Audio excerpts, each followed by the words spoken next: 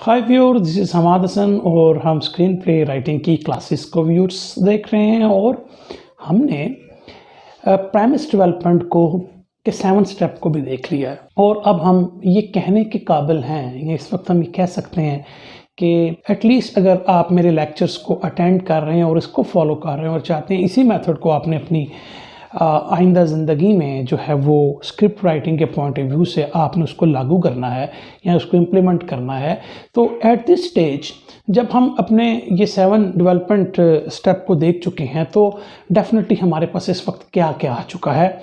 वो हमारे पास आ चुका है एक लॉग लाइन और हमारे पास एक प्रेमिस लाइन है। यहाँ तक हम पहुँच चुके हैं व्यूअर्स और इसको हम देखते हैं कि इसके बाद राइटर कहेगा कि नाउ व्हाट। ठीक है, तो व्यूअर्स आज का लेक्चर इसी पॉइंट ऑफ व्यू से है और इसकी बहुत ज़्यादा डिमांड है कि जो सिनॉप्सिस है किसी भी नावल का या किसी भी स्क्रीन प्ले का, वो उसका क्या मकसद है, यानी कि वो क्यों लिखा जाता है, उसके लिखने का तरीका क्या है। इन चीज़ों को हम आज के लेक्चर में व्यूअर्स देखेंगे। तो आइए व्यूअर्स आज का लेक्चर स्टार्ट करते हैं।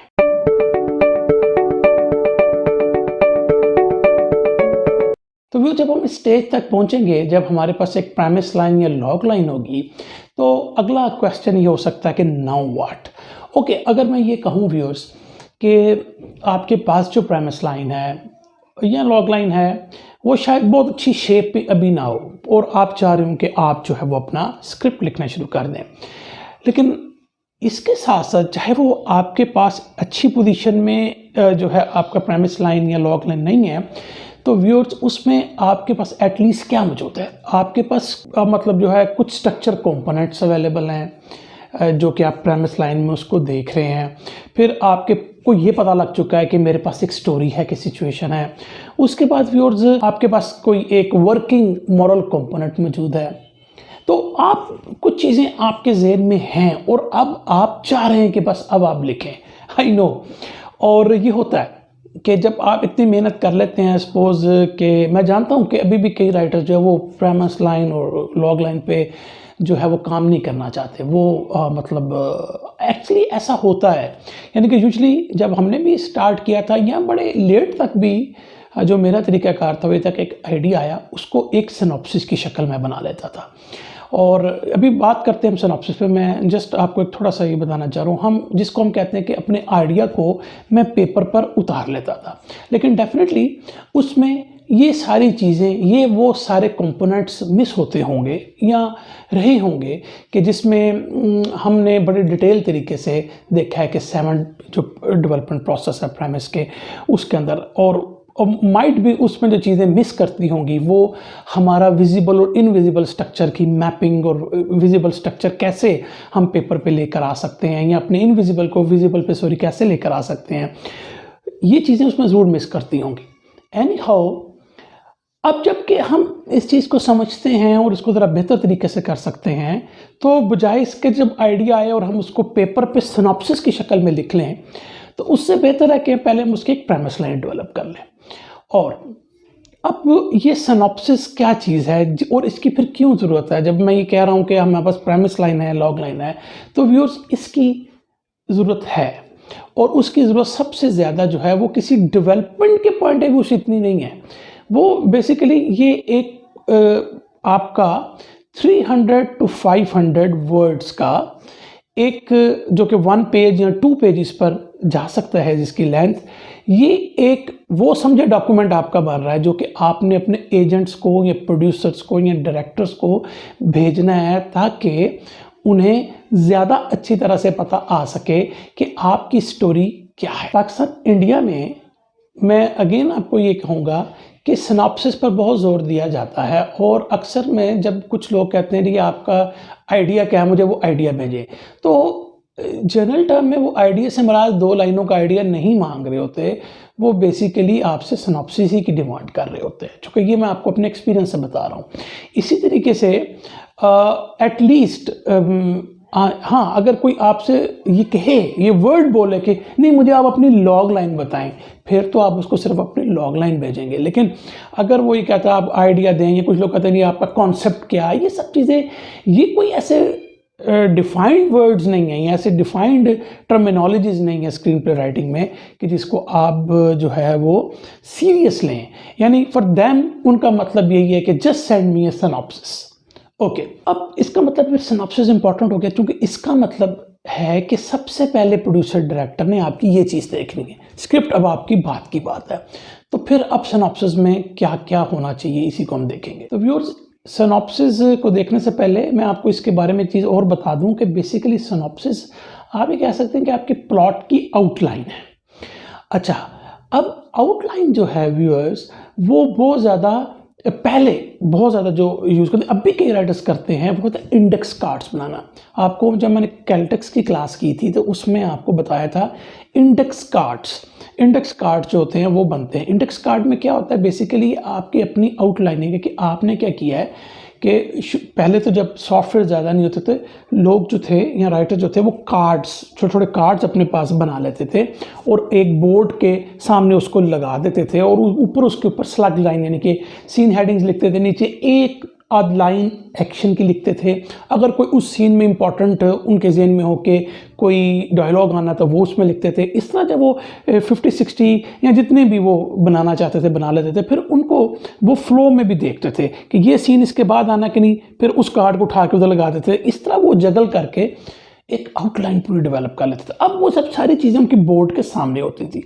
जब उनके बोर्ड के सामने होती थी तो वो लिख लेते थे। मैं यूजुअली इंडेक्स कार्ड नहीं करता, और वो अगेन मैंने कहा कि हर राइटर का एक अपना तरीका है। क्योंकि देखें, बात वही है कि आप शुरू में कितनी मेहनत करना चाहते हैं।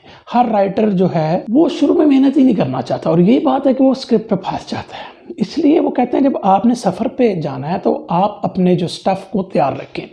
तो इंडेक्स कार्ड्स को बना लेते थे। अब सिनॉप्सिस भी बेसिकली एक आउटलाइन ही है आपके स्क्रिप्ट की, कि जिसमें कुछ प्लॉट्स के पॉइंट आने हैं, कुछ इंपॉर्टेंट जो हैं कैरेक्टर्स की डिस्क्रिप्शंस आनी हैं, और ये उसको अंदाज़ा होगा कि आपकी टोन क्या है, आपके जो हो स्क्रिप्ट है।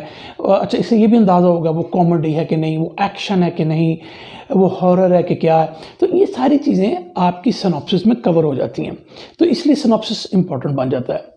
इंट्रोडक्शन में ये बातें मुझे करनी इंपॉर्टेंट थी ताकि आपको अंदाज़ा हो कि कोई सिनॉप्सिस ऐसी चीज़ नहीं है कि जिसको अक्सर मैंने देखा है कि लोग जो हैं वो बड़े परेशान हो जाते हैं कैसे लिखें। ये मैं आपको एक चीज़ और बता दूं, लोगों को स्क्रिप्ट लिखना आसान लगता है लेकिन सिनॉप्सिस लिखना जो है वो मुश्किल लिखता है।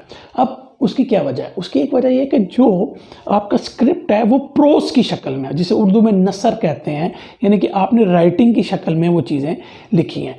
स्क्रीन प्ले में अगर सीन आते हैं, कोई डायलॉग आते हैं, तो आप थोड़े से इंटरेस्टेड उसमें रहते हैं, आप करते हैं, अगला सीन सोच रहे होते हैं। लेकिन सिनॉप्सिस में आपको प्रोज लिखनी होती है। जब प्रोज लिखनी होती है तो और उसमें अगेन आपको अपनी स्टोरी के प्लॉट के इंपॉर्टेंट और टर्निंग पॉइंट्स को बताना होता है, और अपने करैक्टर्स के जो अगर कोई इंपॉर्टेंट ट्रेट्स है तो उसका जिक्र करना होता है।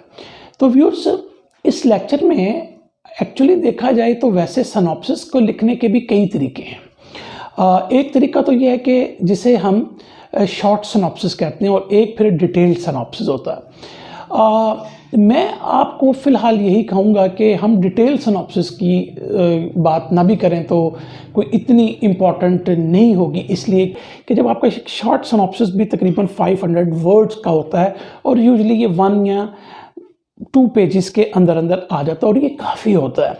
डिटेल सिनॉप्सिस जो है बहुत ज़्यादा होता है, वो आपको अपने लिए फ़ायदा दे सकता है, जिसके अंदर शायद मैं आज के लेक्चर को देखूंगा, मुझे नहीं पता ये लेक्चर अगर 2-3 पे जा सकते हैं अगर मैं सिनॉप्सिस के मुख्तलिफ तरीके अब आपको बताऊं और इसको लिखने के मुख्तलिफ स्टाइल्स बताऊं अगर आपको, तो फिर ये अब देखते हैं कि मेरा कितना स्टेमिना रहेगा इसमें, या हम ये लेक्चर्स को कितना लेकर चल सकते हैं। व्यूअर्स, यही जो आपकी सिनॉप्सिस है, जिसको हम शॉर्ट सिनॉप्सिस, या इसको मैं सिनॉप्सिस ही सिर्फ बोलूँगा। जब आप प्रोज बहुत अच्छा लिख लेंगे व्यूअर्स, तो वो आप उठा के अपने इंडेक्स कार्ड में डाल सकते हैं, क्योंकि क्यों, आपने बहुत सारे टर्निंग पॉइंट्स को अपने सिनॉप्सिस में जो है वो कर लिया। लेकिन आप तो उन इंडेक्स कार्ड को आप कर सकते हैं, चाहे तो आप कैलटेक्स का यूज़ भी उसमें कर सकते हैं, और जो है आप चाहें तो कोई और सॉफ्टवेयर अगर कोई आपको मिलता है जिसमें सिर्फ इंडेक्स कार्ड बना सकते हैं तो उसको भी आप सर्च कर सकते हैं नेट पे। या अगर आप बहुत ज़्यादा प्रैक्टिकल हैं तो आप घर में एक जिस तरह वो आपने कॉलेज स्कूल्स में देखा होगा वो बोर्ड जो लगा देते हैं, नोटिस बोर्ड जिन्हें कहते हैं, उसके अंदर आप एक घर में लगा सकते हैं और मुख्तलिफ कार्ड्स जो है लगा के आप उसको कर सकते हैं। लेकिन वो सिनॉप्सिस जो है बेसिकली आप उठा के आप उस सिनॉप्सिस को अपने इंडेक्स कार्ड में जो है डिवाइड करते चले जाएंगे। चूँकि व्यूअर्स मैंने आपको पहले ये कहा था कि लोग सिनॉप्सिस को इसलिए भी आज की क्लास को बड़ा इंपॉर्टेंट समझ रहे थे कि ये क्या है, ये क्यों लिखा, ये कैसे लिखा जाता है, उसको हम देख रहे हैं। लेकिन क्योंकि जिन्होंने मेरे लेक्चर्स को फॉलो किया तो हमने कहा था ये अब जो हम क्लासेस पिछली 6-7 क्लासेस से कर रहे हैं ये प्रैक्टिकल चीज़ें हैं जिसके अंदर वर्कशीट्स भी बनाते हुए चले जा रहे हैं। तो मैं जो अभी आपको सिनॉप्सिस बता रहा हूँ वो basically practical point of view से है। इसका मतलब ये हुआ कि आपने एक सिनॉप्सिस बनाया जो कि प्रोस की एक बहुत अच्छी कॉपी बन गई आपके पास, वो आप अपने प्रोड्यूसर्स, डायरेक्टर्स या जिसको भी आप भेजना चाहते हैं भेज सकते हैं और उसकी मदद से आप अपने इंडेक्स कार्ड की आउटलाइनिंग में भी जा सकते हैं। नहीं वो तरीका आप यूज़ करना चाहते हैं इंडेक्स कार्ड का, ये अगेन मैंने आपको कहा कि आपकी अपनी मर्जी है। लेकिन एटलीस्ट अब जो सिनॉप्सिस आपके पास आ गया है तो वो अब आपके लिए हेल्पफुल है। मैंने कई राइटर्स को सुना है वो सिर्फ सिनॉप्सिस लिखते हैं, जिससे मैंने कहा कि मैं भी यूजुअली यूँ ही करता हूँ। लेकिन एक्सपीरियंस के साथ साथ वो जो विजिबल स्ट्रक्चर होता है वो सारा उस सिनॉप्सिस के अंदर घुस जाता है। ठीक है, तो इसलिए आपके लिए स्टार्टिंग में और शायद बाद में भी आपको यूँ नहीं करना चाहिए कि आप डायरेक्ट जो है सिनॉप्सिस पे चले, इसमें चीज़ें मिस हो सकती हैं। वही तरीका है कि आप प्रेमिस लाइन पे 3-4 दिन 5 दिन लगाएं और उसके बाद आप सिनॉप्सिस पर आएँ। तो व्यूअर सेकंड ये तो हो गया कि आपने प्रोड्यूसर तो उसके लिए कॉपी बना ली और अपनी आउटलाइनिंग के लिए रख लिया। लेकिन सेकंड इसका जो फ़ायदा आपको हो सकता है वो थोड़ा डिफरेंट है। यानी कि इंडेक्स कार्ड अगर जब बनाते हैं तो उसमें तो आपको हर सीन की डिटेल देनी जाती है। सिनॉप्सिस में इसकी ज़रूरत नहीं है, आपने जस्ट वो टर्निंग पॉइंट्स देते हैं। और उसके लिए मैंने आपको कहा है कि प्रेमिस लाइन हमारा बहुत इंपॉर्टेंट है जिसमें हम बेसिकली अपने 4 पार्ट्स को डिस्कस करते हुए चले आ रहे हैं। वो बहुत हेल्पफुल है, वो बहुत ज़्यादा हेल्पफुल है। और अब उसी को एक्सपैंड करके हम सिनॉप्सिस बना लेंगे। लेकिन ये तो वो लोगों के लिए जो मेरी क्लासेस को अटेंड करते हुए चले आ रहे हैं। वो लोग जिन्होंने आज सिर्फ सिनॉप्सिस कि थंबनेल को देख के मेरी क्लास को ज्वाइन किया है तो डेफिनेटली या तो फिर वो पिछली मेरी क्लासेस को देखें और उस तरीके से चलें। अगर वो वैसे नहीं देखना चाहते, उनको फॉलो नहीं करना चाहते, तो वो फिर जो चीज़ें मैं बताऊंगा शायद उनको उस तरह समझ ना आ पाएँ, क्योंकि हमारे पास जो आज का लेक्चर है उसमें सिनॉप्सिस को देखने का ये तरीका है। जो दूसरे लोग हैं जो कि सिर्फ आज की मेरी क्लास में आके ज्वाइन कर रहे हैं उनके लिए शायद मुझे फिर नेक्स्ट लेक्चर में एक दूसरे तरीके से चीज़ों को बताना पड़े। यानी कहो जो ये मेथड है ये सबसे आसान है, इसलिए कि इस पे आप बहुत ज़्यादा काम कर चुके हैं और आप ब्लैंक जेन लेकर सिनॉप्सिस लिखने नहीं बैठे। You have that premise line in your hand. और मैंने आपको बहुत शुरू में कहा कि ये वो टूल है जिससे आप जहां मर्जी अपने स्क्रिप्ट को खेल सकते हैं। तो फिर सिनॉप्सिस में सेकंड जो मैं आपको फ़ायदा बता रहा हूँ उसके अंदर इंडेक्स कार्ड के अगेंस्ट हम उसके अंदर रिवर्सल्स आ सकते हैं, इंपॉर्टेंट मूवमेंट्स आ सकती हैं। यानी आपके प्लॉट का स्ट्रक्चर माइलस्टोन्स हैं, उसके अंदर आपके जो रिवर्सल्स हैं, कॉम्प्लिकेशंस हैं, ये सारी चीज़ें अब उस सिनॉप्सिस के अंदर आपने डाल देनी और आपके करैक्टर के मूवमेंट्स हैं, ये सारी चीज़ें सिनॉप्सिस हैं। ओके, इसका मतलब है कि अब अगर जब आपने एक सिनॉप्सिस डेवलप कर लिया, स्क्रिप्ट नहीं लिखा आपने, तो ये जो सिनॉप्सिस है आपका, ये आपकी प्री सेलिंग टूल बन गए। यानी स्क्रिप्ट तो अभी लिखा ही नहीं आपने, लेकिन सिनॉप्सिस पे आपने पीछे premise line develop, log line बना के और प्रेमिस और सिनॉप्सिस को ब्यूटीफुल बना लिया, जिसके अंदर मैंने आपको 4-5 चीज़ें की जो जिसको हम थोड़ा सा भी डिटेल में भी देखते हैं वो शामिल हैं। तो आपने प्रोड्यूसर को भेज दिया, you haven't written any script yet. और होता भी यही है, यानी कि अगर मैं अपना लैपटॉप खोलूँ तो उसके अंदर कई सिनॉप्सिस लिखे पड़े होंगे। उसकी वजह यह है कि ये मुमकिन ही नहीं कि आपके पास एक आइडिया आया है तो आप हर आइडिया को स्क्रिप्ट में लिखना शुरू कर दें। तो एक वक्त में, अब तो मैं चूँकि राइटिंग के प्रोसेस में इतना नहीं हूँ और ज़्यादा जो है वो उस तरफ नहीं जा रहा, तो जिन दिनों में मैं ज़्यादा था तो जो भी आइडिया आता था उस आइडिया का मैं कोशिश करता था सिनॉप्सिस बनाऊं, जो मतलब आइडिया मुझे वायबल लगता था। तो इस तरह वो 20-25 जो है वो इकट्ठे हो गए हैं और उनमें कईयों के स्क्रिप्ट लिखे गए हैं, कईयों के नहीं। तो इसी तरह से जब आप अपना सिनॉप्सिस किसी को भेजते हैं और आप इस उम्मीद में होते हैं कि अगर उसने ओके कर दिया तो then you will going to start a script. और ऐसा हो सकता है कि कोई राइटर को जब कोई प्रोड्यूसर कहता है कि हाँ आपके पास कोई स्क्रिप्ट लिखा पड़ा है, वो एक अलग बात है कि आपने वो स्क्रिप्ट पहले ही लिखा हुआ है तो वो आप उसको दे सकते हैं। लेकिन अब इम्पॉर्टेंट बात यह है कि आपने एक स्क्रिप्ट लिखा है और आपको एक प्रोड्यूसर ने फ़ोन किया है, डायरेक्टर ने फ़ोन किया है, या आपको किसी ने कहा कि यार ये मांग रहे हैं स्टोरी, आपने पूरा स्क्रिप्ट बड़ा खूबसूरत लिखा हुआ है, उसमें सिनॉप्सिस भी डेवलप है आपका, एवरीथिंग इज़ डेवलप्ड, इवन आपने प्रेमिस लाइन से शुरू किया हुआ, तो और आपने कहा सर मैंने आपके मुताबिक सारा करके ज़बरदस्त सिनॉप्सिस और ये सारा कुछ भेज दिया। वो प्रोड्यूसर कहता है यार ये तो मेरा जानवर ही नहीं है, ये तो मुझे ये स्टोरी नहीं पसंद, ख़त्म। अब वो एक जो अपॉर्चुनिटी आपके पास आई थी उसमें क्या हुआ कि आपकी इतने महीनों की जो मेहनत है वो आपको फिलहाल शैटर होते हुए नजर आ गई। यानी कि फिलहाल हो सकता है बाद में कोई और प्रोड्यूसर को पसंद आ जाए, लेकिन क्या है कि वो स्क्रिप्ट अब लिखा पड़ा रह गया। तो यूजली आप कोशिश ना करें, एक दो आप स्क्रीन पे ज़रूर लिख के अपने पास रख लें, लेकिन उससे ज़्यादा की मेहनत ना करें और उस पर एक दो स्क्रिप्ट लिखकर आप अपने पास ज़रूर रख लें, उससे ज़्यादा की मेहनत ना करें। फिर तब ही आप कोई स्क्रिप्ट लिखें जब आपको कोई प्रोड्यूसर डायरेक्टर एक ख़ास किस्म का स्क्रिप्ट लिखने को कहता है, और उसके लिए आपको जब वो कहे कि मुझे जो है एक चाहिए ऐसी स्टोरी, तो समटाइम उसका आइडिया भी कुछ आप अपने जहन में कैच करके एक प्रेमिस लाइन डेवलप करके सिनॉप्सिस बना के उसको भेज सकते हैं और सकें कि sir I will need 2 months to write your script. Straight way उनको ये कहें। फिल्म प्रोसेस इतना जल्दी नहीं होता, जो बहुत तेज़ी से भी स्क्रिप्ट मांग रहे होते हैं वो भी प्रोडक्शन में आ जाते हैं, बड़ा वक्त लगाते हैं। इसलिए टेक योर टाइम और जल्दबाजी ना करें यार ये मेरे हाथ से निकल जाएगा, डजेंट मैटर। आप ये ज़हन में रखेंगे अगर उसने आपको अप्रोच किया तो उसने 10 और लोगों को भी अप्रोच किया होगा। जब उसने अप्रोच किया होगा तो आपके चांसेस समझें कि 1/10 हैं।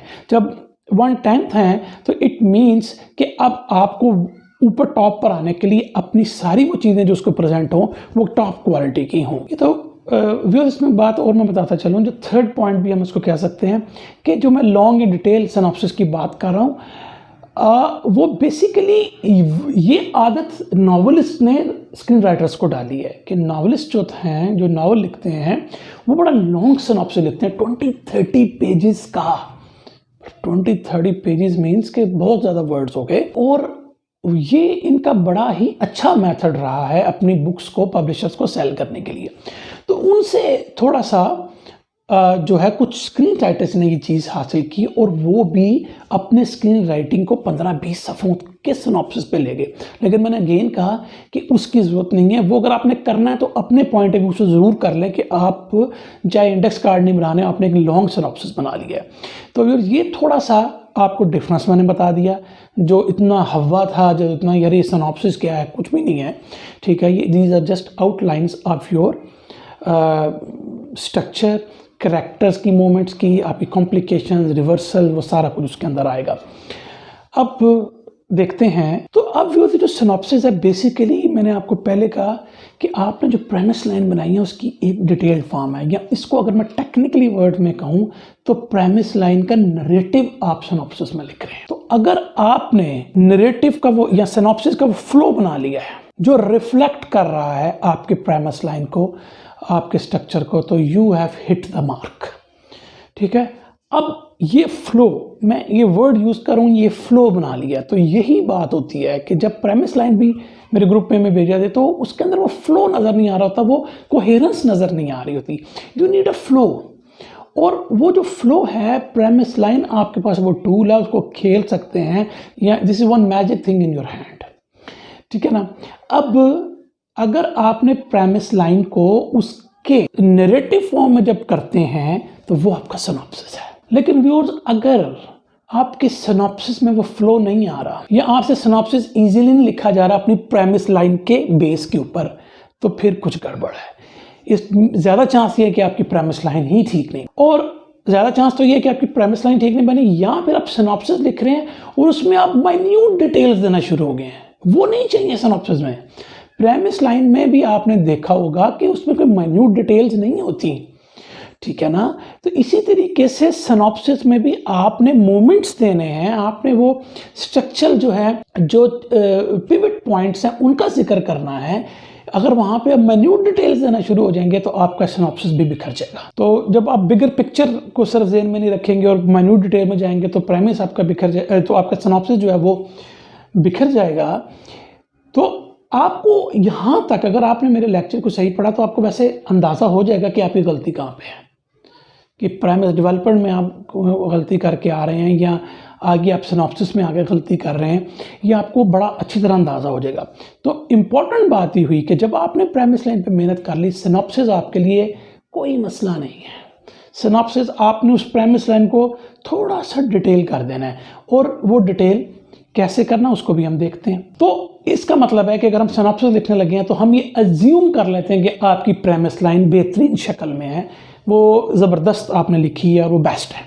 तो हम उस अपॉर्चुनिटी को निकाल देते हैं कि जिसमें हम ये कह रहे थे कि प्रेमिस लाइन शायद आपने अच्छा नहीं बनाया, लेकिन लेट्स सपोज कि प्रेमिस लाइन आपने अच्छे बना ली है। अब हमने अपनी स्टोरी को, अब जो काम है सिनॉप्सिस लिखने के लिए, हमने अपनी स्टोरी के स्ट्रक्चर को ज़्यादा डिटरमिनेट करना है, मीन्स कि उसको ज़्यादा विजिबल बनाना है। That is synopsis. सो आप सिर्फ अपना जितना विजिबल उसको कर लेंगे प्रोस की शक्ल में। देखें, जब आप आउटलाइन कर रहे होते हैं अपने स्क्रिप्ट्स को या आप इंडेक्स कार्ड बना रहे होते हैं, तो बेसिकली आप क्या देख रहे हैं, आप विजिबल स्ट्रक्चर देख रहे हैं ना। वैसे भी वो आपको नज़र आ रहा है, आपके बोर्ड के ऊपर आपको नज़र आ रहा है। इट मीन्स कि आप जो हैं विजिबल स्ट्रक्चर को ज़्यादा इंपॉर्टेंस वहाँ पे दे रहे हैं, और होनी भी चाहिए, क्योंकि वही लोगों ने देखनी है, वही पढ़ने वालों ने पढ़नी है। तो व्यूअर्स, इनविजिबल स्ट्रक्चर जो आपके जहन में था वो बेसिकली उसने आपको अपनी स्टोरी का कोर स्ट्रक्चर बताया था, जिसे फिर आपने डेवलप करके प्रेमिस लाइन की एक शक्ल दे दी थी। अब वो जो आपका विजिबल आपने मैप किया था इनविजिबल से विजिबल में, और प्रेमिस लाइन आपके हाथ में आ गई थी, अब ये वो सीन्स पड़े हैं आपके हाथ में, या ये वो विजिबल स्ट्रक्चर पड़ा है आपके हाथ में कि जिसको आपने डेवलप करना है। इसके अंदर व्यूअर्स, अब सिनॉप्सिस जो है बेसिकली उसकी डिटेल्ड एक्सप्रेशन हो जाएगी, यानी गोया जितना हम इसको विजिबल कर लेंगे वही आपका सिनॉप्सिस बन जाएगा। उस प्रेमिस लाइन को जितना आप विजिबल एक्सप्रेशन में और लेते हुए चले जाएंगे वही आपका सिनॉप्सिस बनेगा। तो अब इसका क्या मतलब हुआ व्यूअर्स, के अब प्रेमिस लाइन के अंदर जो हिडन ट्रेजर आपने डाल ली है, उस प्रेमिस लाइन जो इनक्रेडिबल आपने बना ली है, उसके अंदर अब आपने बेसिकली वो जो विजिबल स्ट्रक्चर है उसको एक्सपेंड करना। ओके, अब फिर क्या करें, ये वो प्रैक्टिकल अब बात लगी है जिसको मैं एक वर्कशीट से आपको बताऊंगा कि आपको वो कैसे बनाना है। और अगर आप लोगों ने ज़रूरत महसूस की है, आप कमेंट्स में बता सकते हैं कि इसको मैं एग्जाम्पल्स के साथ बताऊं, तो हम एक स्टोरी की एग्जाम्पल से भी उसको बता पाएंगे। लेकिन अभी मैं आपको सिर्फ वर्कशीट, ब्लैंक वर्कशीट दे रहा हूं कि जिस पर आपने काम करना है, और उसको समझाता हूं कि वो कैसे आपने बनाया। तो व्यूअर्स, अब प्रेमिस लाइन हमारे हाथ में है, और पहला जो पार्ट है वो आपको पता है क्या है कि वो प्रोटैगनिस्ट का पार्ट है। और वो क्या है, इनविजिबल स्ट्रक्चर में हमारे पास होता है कैरेक्टर कंस्ट्रक्शन और प्रोटैगनिस्ट मॉरल कंपोनेंट। ये इनविजिबल टू विजिबल है प्रोटैगनिस्ट का, वो आप लिख लें। ओके, अब इसके नीचे आपने क्या लिखना है, ये मैं आपको ब्लैंक शीट दे रहा हूँ, यानी कि राइट योर प्रोटैगनिस्ट पार्ट। ये लिख लिया आपने, उसमें मैंने आपको बता दिया 4 चीज़ें जो आपको चाहिए, और उसमें प्रैक्टिकल फॉर्म में आपको एक मॉरल कंपोनेंट चाहिए और प्रोटैगनिस्ट क्या है आपका। तो सबसे पहले आप लिखेंगे फिर कंस्ट्रक्टिंग इवेंट, ये सिनॉप्सिस आपका बनेगा। पहले आप लिखेंगे, हेडिंग दें कंस्ट्रक्टिंग इवेंट। कंस्ट्रक्टिंग इवेंट में क्या है, जाहिर बात है वो इंसाइटिंग इंसिडेंट है जो आपने बताया, और उसका कंस्ट्रक्टिंग इवेंट में क्या होता है, उसकी हिंट क्या है, move your character from life line to action line. Okay, ये इसकी हिंट है। अब वो आप लिख लें, एक जुमले में, 2 जुमले में, जो भी आप सेंटेंस 1 लिखते हैं, 2 लिखते हैं, वो आपका हो गया। उसके बाद क्या आ रहा है, मॉरल ब्लाइंड स्पॉट, क्या उसका मॉरल ब्लाइंड स्पॉट है, ये आपको लिखना है। उसके बाद थर्ड में हमारे पास क्या आएगा, उसका इमोरल इफेक्ट। ये आपका बेसिकली आप एक्शन को दिखा रहे होंगे। मैंने अगेन कहा कि इफ़ यू नीड एग्जांपल्स, हम इसको अगले लेक्चर में फिर एग्जांपल को देखेंगे, और बिल्कुल इसी स्टेप से मैं आपको करके दूंगा और सिनॉप्सिस आपका डेवलप हो जाएगा। ये बेसिकली हमारा थर्ड पार्ट आ गया। ये अभी मेरे ख्याल में आपको इसलिए इशू नहीं आ रहा होगा, उन लोग जो मेरे लेक्चर्स को अटेंड करते आ रहे हैं उनके लिए कोई इतनी बड़ी बात नहीं है, और आपके लिए मैं आसान कर दिया सिनॉप्सिस को कि इसी से आप सिनॉप्सिस को डेवलप करें। तो हमने कहा था कि जो सिनॉप्सिस है वो तो सीन्स विजिबल स्ट्रक्चर है, तो ये चीज़ें तो आपने लिख ली, अब ये चीज़ें आपने ऊपर लिख ली, अब इसको सीन्स में देखें कैसे। तो फिर सीन 1 मैंने आपको अपने एक पहले भी लेक्चर में कहा था, you only need 8 to 12 scenes to finish your script. Synopsis उसकी वो शक्ल आ रही है। तो अब हमने चूंकि इंपॉर्टेंट सीन्स का जिक्र यहाँ पे करना है, मैंने आपको पहले कहा, तो अब वो पहला सीन मैं आपको बताने लगा हूँ जो कि आप किसी भी स्क्रीन प्ले में आएगा। और याद रखें व्यूअर्स, ये चीज़ें आपको कोई नहीं बताने वाला, ठीक है। You need 10 to 12 scenes to finish your script, इससे ज़्यादा मैं आपको क्या बताऊँ, और यही आपका सिनॉप्सिस है। अब मैं आपको बताता हूँ। कंस्ट्रक्टिंग इवेंट लिखें, ये आपका पहला सीन है। इंपॉर्टेंट सीन्स की बात कर रहा हूँ, ये नहीं कि आपने पेज की पहली लाइन से कंस्ट्रक्टिंग इवेंट लिख दिया, नहीं, मेरा मतलब है कि ये वो इंपॉर्टेंट सीन है कि जिसने आपकी स्टोरी में वो करना है। और आपको पता है कि मैंने आपको कहा था, ये पिछले मुझे बार बार कहने की जरूरत नहीं, ये आप पिछले लेक्चर्स में जाके दे सकते हैं कि कंस्ट्रक्टिव इवेंट जो है वो कितनी जल्दी आ जाना चाहिए, जो भी सब चीज़ें हम डिटेल में पढ़ चुके हैं। ये वीडियोस इंसाइक्लोपीडिया बनती जा रही हैं इस पॉइंट ऑफ व्यू से कि कोई चीज़ जो है वो हर एक से लिंक्ड है, तो इसलिए आपको इसमें कोई प्रॉब्लम नहीं होनी चाहिए। उन व्यूअर्स के लिए जो कि मेरी क्लासेस को पीछे नहीं अटेम्प्ट करते आ रहे, तो व्यूअर्स उनके लिए मैं सिनॉप्सिस की एक नई क्लास भी बना सकता हूं जो कि बिल्कुल डिफरेंट होगी। प्रेमिस लाइन के लिहाज से आप सिनॉप्सिस नहीं बनाएंगे, आप किसी और तरीके से उसको सिनॉप्सिस को बनाएंगे, उसको भी देख लेंगे। अभी जो मेरे व्यूअर्स जो इन लेक्चर्स को फॉलो कर रहे हैं उनके लिए बहुत आसानी हो चुकी है। तो पहला इवेंट कंस्ट्रक्टिंग इवेंट आएगा व्यूअर्स, उसके अंदर उसको आप इंसाइटिंग इंसिडेंट कहें, जो भी व्हाट्सएवर, वो आप उसको लिख लें। ये वर्कशीट है, आपको इसको लिख लें। वो 2 लाइनों में आप लिख सकते हैं, ठीक है ना, 2 लाइनों में लिख सकते हैं, 3 लाइनों में लिख सकते हैं, बस दैट्स ऑल, वो आपने लिख लिया। ये आपके स्क्रिप्ट का सबसे इंपॉर्टेंट पहला सीन है। ये फर्स्ट सीन मीन्स वो फर्स्ट सीन नहीं जो आप एक्चुअल आपके स्क्रीन पर लिखेंगे, वो सीन है, वो ये 12, 8, 10, 12 सीन्स की मैं बात कर रहा हूँ व्यूअर्स, जो कि आपके स्क्रिप्ट को कंप्लीट करते हैं। उन सीन्स की बात करूँ, बार बार मैं आपको ये बता रहा हूँ। पहला सीन हो गया। Second, moral blind spot revealed. अब वो सीन आपको दिखाना है जिसमें करेक्टर का मॉरल ब्लाइंड स्पॉट रिवील हो जाता है। अभी मैं किसी एग्जाम्पल पे नहीं जा रहा, आप कमेंट्स में कहेंगे तो एग्जाम्पल्स भी आ जाएंगी, डजेंट मैटर, ठीक है। लेकिन बात यह है व्यूअर्स के एग्जाम्पल ठीक है होनी चाहिए, बंदा ज़्यादा उसको अच्छी तरीके से समझ सकता है, लेकिन ये वर्कशीट आप अपने आइडिया पे डालें। थर्ड, इमोरल इफेक्ट, ये अपने सीन्स की एक्शन में दिखाना है। और ये जो अभी मैंने आपको सेकंड पॉइंट बताया ना, सेकंड सीन जो आपको बताया बेसिकली, उसके अलावा है, यानी कि जब हम मॉरल ब्लाइंड स्पॉट को रिवील करते हैं, समटाइम ये सीन उससे ओवरलैप कर सकता है, लेकिन ये immoral effect in addition to scene number 2 है, लिहाजा ये सीन थर्ड हो गया आपका। तो वर्कशीट आप बना रहे हैं, ये थर्ड सीन आपका हो गया। अब सेकंड व्यूअर्स, हमारा क्या पार्ट था, वही टीम गोल, जिसमें डिजायर रिलेशनशिप था और विजिबल स्ट्रक्चर में चेन ऑफ डिजायर्स और कोर रिलेशनशिप था। अब उसके अंदर क्या सीन्स आएंगे, तो वर्कशीट में पहले आप वो जो प्रेमिस लाइन में आपने पार्ट लिखा था 2 लाइनों का या 1 लाइन का, जो भी आपने उसके अंदर लिखा था वो इधर पहले लिखें, फिर नीचे आए।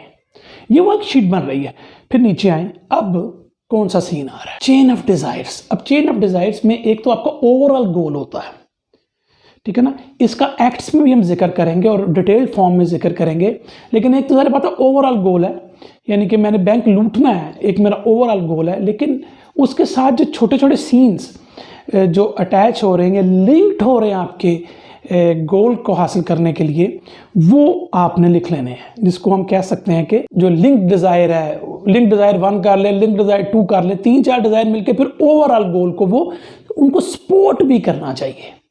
ये नहीं अगर मैंने बैंक लूटना है सपोज, तो मैं गाड़ी एक चोरी करता हूँ, तो ये मेरा एक वो सीन है जो लिंक कर रहा है मेरे मेन गोल से, ठीक है। और मैंने जो है एक लड़की को किडनैप किया है साथ उसके कि कल को ये मेरे साथ जो है इसका मैं आपको फ़ायदा उठाऊंगा, तो वो बेसिकली वो कोई टेक्निकल लड़की थी जो आपके बैंक में आपको रॉब करने में हेल्प कर सकती थी, तो वो भी एक लिंक डिज़ायर्ड हो गया। यानी डिज़ायर आपका फिलहाल क्या है कि मैंने वैन चोरी करनी है, तो ये एक लिंक डिज़ायर है।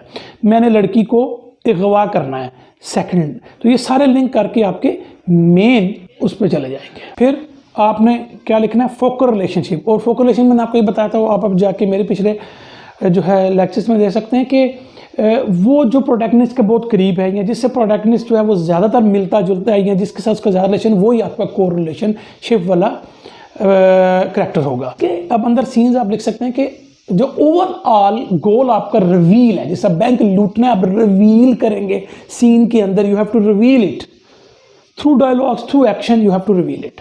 मोस्ट ऑफ द केसेस में ये थ्रू डायलॉग्स होता है, ठीक है, लेकिन एक्शन से भी हो सकता है। तो ये सीन बहुत इंपॉर्टेंट। फिर फोकल रिलेशनशिप को इस्टेब्लिश कर दें, उसका कोई सीन लिखें।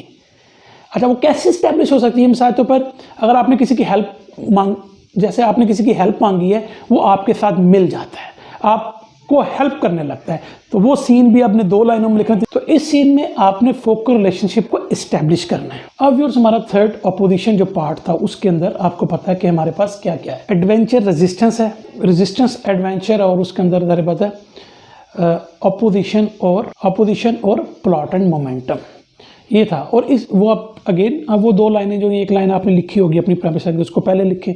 अब नीचे हैं, अब नीचे कौन से सीन्स इंपॉर्टेंट है। अब इसके अंदर ये चूंकि मिडल ऑफ द स्टोरी है, सबसे इंपॉर्टेंट सीन्स हैं, ये आपने सिनॉप्सिस में भी ऐसे एज इट इज लिखने हैं। अब उसमें क्या क्या है, आपने अपने एंटागनिस्ट को इंट्रोड्यूस करना, ये सीन आपने लिखना है। ये इंट्रोड्यूस नहीं कि ये एक जो है ओपोनेंट है ये नहीं, यानी कि अगर एक लड़का बैंक रॉब कर रहा है तो कोई पुलिस वाला उसका एंटागनिस्ट सपोज, तो वो एक्शन करता हुआ दिखाई दे रहा है, उसका अपने नाम लिखना है और उसका डेजिग्नेशन भी आप दे सकते हैं अगर वो कोई डेजिग्नेशन रखता है, या वो क्या है ये बताना, हु इज़ द ओपोनेंट। अब फिल्म में तो कितने हैं, लेकिन आपने हु इज़ द ओपोनेंट, ये एक सीन है, वो आप शो करेंगे, वो सीन के अंदर शो करेंगे। साथ पर वो कॉल्स कर रहा है, वो बैंक वालों को अलार्म कर रहा है, यानी कि वो ओपोनेंट आप नजर आएगा, वो ओपोनेंट होगा। ये आपका सीन आया। फिर आएगा मिड पॉइंट स्टेक। ये वो सीन है कि जिसके अंदर स्टोरी का ओवरऑल मिड पॉइंट स्टेक बढ़ता है, जैसे मैंने ये पिछले लेक्चर्स में आपको बताया हुआ है। आप सारे लेक्चर्स को दोबारा देख कर आपस में उसको दोबारा मिला सकते हैं। Midpoint stake, overall stake story का क्या है, वो आपने 1-2 लाइनों में वो सीन लिखना है।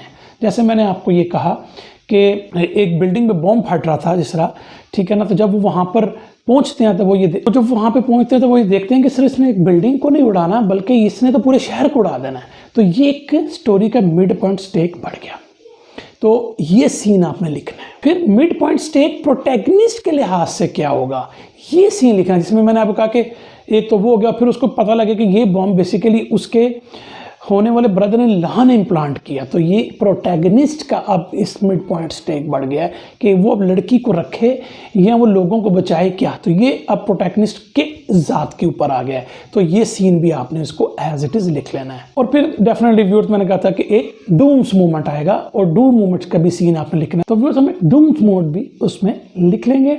और आपको पता है कि वो क्या है, अगेन पिछले क्लासेस को आप देख लें, और यानी कि ये वो पॉइंट है कि जिसके बाद जाके रेजोल्यूशन नहीं आना होता, ये आपने कर लिया। तो अब फोर्थ हमारा पार्ट आता है जिसको हम फाइनल पार्ट कह सकते हैं, डिनोमो पार्ट कह सकते हैं, फाइनल हिस्सा कह सकते हैं अपने पार्ट का। और उसमें क्या क्या था, अगेन एडवेंचर चेंज इनविजिबल में था, और विजिबल में हमारे पास था प्लॉट एंड मोमेंटम, और फिर एवोल्यूशन डी एवोल्यूशन कि वो चेंज होता है कि नहीं। तो व्यूअर्स ये वो थे, और इसके अंदर अब जो सीन्स आएंगे वो क्या हो सकते हैं, इसमें आ सकते हैं कि हाउ द प्रोटैगनिस्ट चेंजेस। अब हाउ द प्रोटैगनिस्ट चेंजेस आपको सीन में दिखाना है, वो होता हुआ दिखाना है कि वो चेंज है, वो क्या चेंज है, वो आपको सीन में दिखाना है। ओके, कि जैसे कि मैं ये कह सकता हूँ कि अगर जैसे हमारी बैंक रॉबरी वाली स्टोरी में था कि वो चेंज हो जाता है, वो ये सोचता है कि मैं वो उस पॉइंट पर आ गया हूँ कि जहाँ से अब नो रिटर्न में हूँ, तो मुझे या तो उन लोगों की हेल्प करनी है जिनको मैंने गलत फंसा दिया है, या मुझे खुद सरेंडर करना है। तो ये वो मोमेंट आई। ये अब आप स्टोरी इंजन को भी ज़हन में रख सकते हैं, सारी चीज़ें आपस में मिली हुई हैं, लेकिन सिनॉप्सिस लिखने के लिए तरीके में मैं आपको ये बता रहा हूँ। एनी हो, यहाँ पर वो सीन आपने लिखना है, मैं आपको बार बार कह रहा हूँ, लिखना है वो सीन आपने, 1 लाइन में, 2 लाइन में, 3 लाइन में ये सीन आ गया। उसके बाद यानी बेसिकली ये जो सीन है, इसमें सबसे पहले आपको ये बताना है कि क्या वो अपने मॉरल ब्लाइंड स्पॉट को फील कर गया है, समझ गया है, उसको एक्नॉलेज कर दिया है, ये वो उसका सीन आएगा। लेकिन वो एक्नॉलेज कर गया तो वो एक्नॉलेज अपनी गुजरी हुई ज़िंदगी से कर सकता है। इस सीन के अंदर आपने ये लिखना है कि वो एक्नॉलेज करता है। फिर अगले सीन में वो उसकी जो रेजोल्यूशन होती है वो बेसिकली एंटागनिस्ट के साथ होती है ना। रेजोल्यूशन तो आपकी कब होगी, जब क्या कहते हैं आपके एंटागनिस्ट के साथ आपकी रेजोल्यूशन होगी ना। वैसे रेजोल्यूशन से क्या मुराद है आपकी, कोई मुराद नहीं है। एक तो ये कि आप इस चीज़ को समझ गए हैं कि मेरा जो है वो एक मॉरल ब्लाइंड स्पॉट, उसको एक्नॉलेज करके, जिसको पहले आप एक्नॉलेज नहीं करते थे, ठीक है ना। अब आप अगले सीन में उसको क्या लिख रहे हैं कि एंटागनिस्ट के साथ उसकी रेजोल्यूशन क्या हो रही है, ठीक है ना। और वो रेजोल्यूशन क्या है, ठीक है ना, यानी वो सरेंडर कर गया है अगर आपके एंटागनिस्ट के सामने, तो एक रेजोल्यूशन है। और थर्ड में हमने ये इंपॉर्टेंट सीन है वो लिखना है कि वो क्या चेंज हुआ कि नहीं हुआ चेंज। अगर चेंज हुआ तो सीन में लिखें वो क्या चेंज हो रहा है। एक्नॉलेज करना ब्लाइंड स्पॉट को एक और बात है, लेकिन नीचे आकर उसमें वो चेंज भी हो जाना एक डिफरेंट बात है। तो अगर वो चेंज होता है तो तब भी आपने वो सीन लिखना है, ठीक है ना। जैसे कि वो पुलिस के आगे सरेंडर करके अपने सारे डॉक्यूमेंट, पैसे भी उसको दे देता है और वो कहता है जी मुझे आप जेल में डाल दें, ठीक है ना। तो ये तो वो चेंज हो गया, इसका मतलब वो मान गए कि नहीं है, तो फिर वो उसका भागे। तो जब वो भागेगा अलहदा से पैसे लेकर, तो वो आपका एक सीन लिखा जाएगा।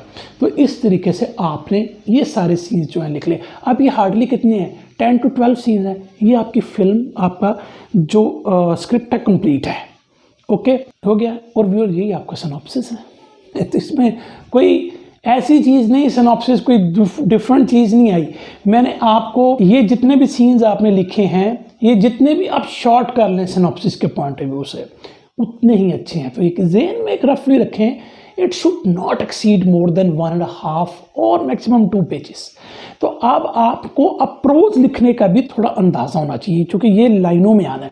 इसमें किसी किस्म का डायलॉग आपने नहीं लिखना, ये गलत लोग बताते हैं। डिटेल्ड सिनॉप्सिस में कई इंपॉर्टेंट कोई डायलॉग हो तो आ सकता है, लेकिन अगेन मैंने कहा कि डिटेल्ड सिनॉप्सिस जो है वो हमें प्रोड्यूसर्स वगैरह को भेजने की जरूरत नहीं है, वो आप अपने लिए लिख सकते हैं। तो प्रेमिस लाइन ने क्या क्या मैजिक किया, उसने तो बहुत मैजिक्स किए हैं। और अब यहाँ तक कि आप उसको सिनॉप्सिस बनाकर वो सारे सीन्स भी आपके सामने आ गए हैं जिसने आपके फिल्म को कंप्लीट कर देना है। तो ये 10-12 सीन्स ही इंपॉर्टेंट हैं कि जिसमें आपका स्क्रिप्ट कंप्लीट हो जाएगा। तो व्यूअर्स अगले एग्जाम्पल हम चाहेंगे तो इसके एग्जाम्पल्स भी दे देंगे, और व्यूअर्स उसके अलावा देखेंगे कि सिनॉप्सिस को देखने का कोई और तरीका है कि नहीं। ये मैं जज करूँगा कि मुझे वो लेक्चर करना है कि नहीं, ये आपके कमेंट से मुझे पता लगेगा। तो व्यूअर्स मिलते हैं बहुत जल्द एक नए लेक्चर में। Thank you very much.